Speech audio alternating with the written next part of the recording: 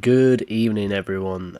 This is my Flash review. I've just come straight out the cinema. I literally saw it I came out about 20 minutes ago now, and I want to just get my initial thoughts. Flash is a story about a dude in a red suit that can run fast, played by a dude who fed weed to a kid and couldn't run fast enough to escape the coppers. Now, jokes aside, this is the best DCEU film of all time. It beats Batman v Superman, Man of Steel, Wonder Woman, all of them. This is truly, I think, a peak of what they could have achieved in the DCEU. But let me delve into it. Barry ran back in time to save his mother, who died when he was younger. Clearly, that does not go well, as they made a full movie on the matter, but the movie was well deserved. But one thing that confuses me, this guy bangs on about Back to the Future, and he still thought this is going to work. He decides not to listen to Bruce Wayne, his mentor, the guy who built his suit, but he just doesn't listen and decides to do it anyway. You know, this guy probably has an idea or two about preventing the world from eternal doom. So he ignores Doc Brown and Brucey Boy and goes back in time, saving his mummy by giving her a tin of tomatoes. Now, just to confirm, there will be no spoilers really, but I recommend seeing it first so you can create your own impression. Don't listen to other people, form one on your own, be independent. But firstly, just get a few negatives out the way. There's some very dodgy CGI. Faces morph. When one Barry talks to the other, it's clearly another actor, some sort of stunt double with lots of makeup on and maybe a prosthetic. It almost looks like Michael Jackson post-op. Again, you can look past it because it is a very enjoyable film, but there are some really jarring scenes where you kind of go, well, what's going on here? And to be fair, it is mainly on characters. The rest of the film looks decent. The younger Barry can be slightly annoying. I presume it's intentional, but still, he just, by the end of the film, I was just like, crikey, will this guy stop talking so much? And I know he's young, but he acts like an absolute baby. Now, on to what makes this the best DCEU film. Firstly, you got to get out of the way. Ezra Miller is bloody fantastic in this. I know he's come under fire recently for mistakes he's made, and, you know, rightly so. And, you know, he's on the mend, so I hope he fixes himself out. But simply put it, he steals the show really here. Fantastic moments between him and other characters, but also mainly himself.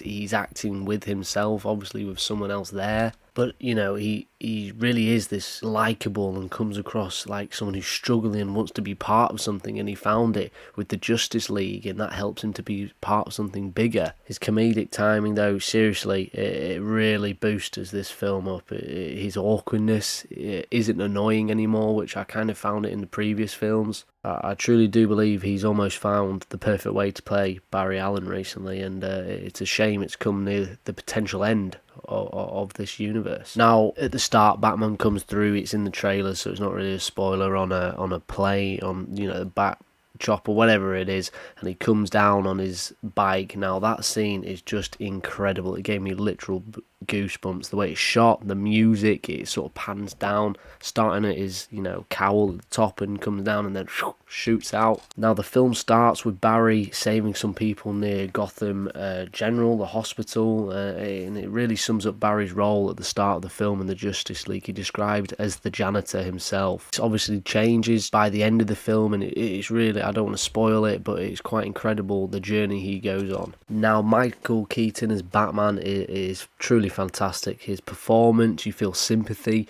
You know, he's lost everything. He's living alone in this mansion like a hermit. He doesn't even lock his front door. Batman is not needed anymore in Gotham. It's a safe place. You know, he's just cooking pasta and wearing flip-flops. When he's saved by Barry and they go on this adventure, his arc, which I'm not going to spoil here, is a perfect send-off for this iteration of Batman. I truly believe this is one of the most satisfying and justified endings towards a character in the DCEU. One complaint, now this might be a minor spoiler, but it is in the trailers, but I'm going to show the clip. Let's get nuts. Now, this is just unnecessary. It's just awkwardly thrown in there. You know, it's almost ruins a perfect performance. And don't get me wrong, I know it wasn't Michael. It was clearly someone at DC who just wanted to throw it in there just for nostalgia's sake. Or because it's a bit of a meme these days. And then he had us. Lights out! Now you want to get nuts? Come on! Let's get nuts.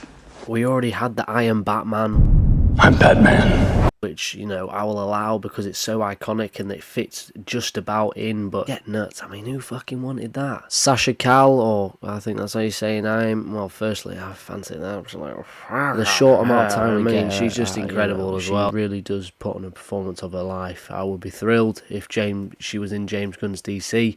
Really a great performance. I can't say too much without going into major spoilers, but overall, excellent choice. I feel swapping Superman with Supergirl here, it paid off perfectly. Now, the last 20 minutes of the film, I don't want to say it's the peak because that makes the rest of the film fall short, but it really ends on a high. I was on the edge of my seat thinking, how the hell is this going to end? Is it going to end well, or is it going to end poorly for certain characters? And again, no spoilers, but throughout the film, there's some really good cameos that, you know, don't seem forced, really. Again, it ties into this greater DCEU, and again, no spoilers, but it does almost tie a ribbon on it and show you what everything's been not leading to, but what the end product is. Because let's be honest, they didn't have a clue what they were doing for half of it, and I think they finally found a way of closing this chapter. In conclusion, this film is annoying, as it shows with great directors, writers and a cast, the DCU had the groundworks of a fantastic universe. It's a shame we now see what could have been, considering we're getting James Gunn stuff now, which, you know, I'm also really excited for. I wouldn't be opposed at all to potentially seeing Ezra and Sasha in Gunn's universe. However, with Ezra, he's done some things that I'm sure he regrets, but, you know, it's just not for me to say whether it should affect this going forward at all. Look, thank you for listening. This is just me straight after the cinema churning out rubbish, so if you enjoyed it, let me know, and let me know what you think about the film. I just want to thank you all for staying here to the end, and let me know what you think. Cheers.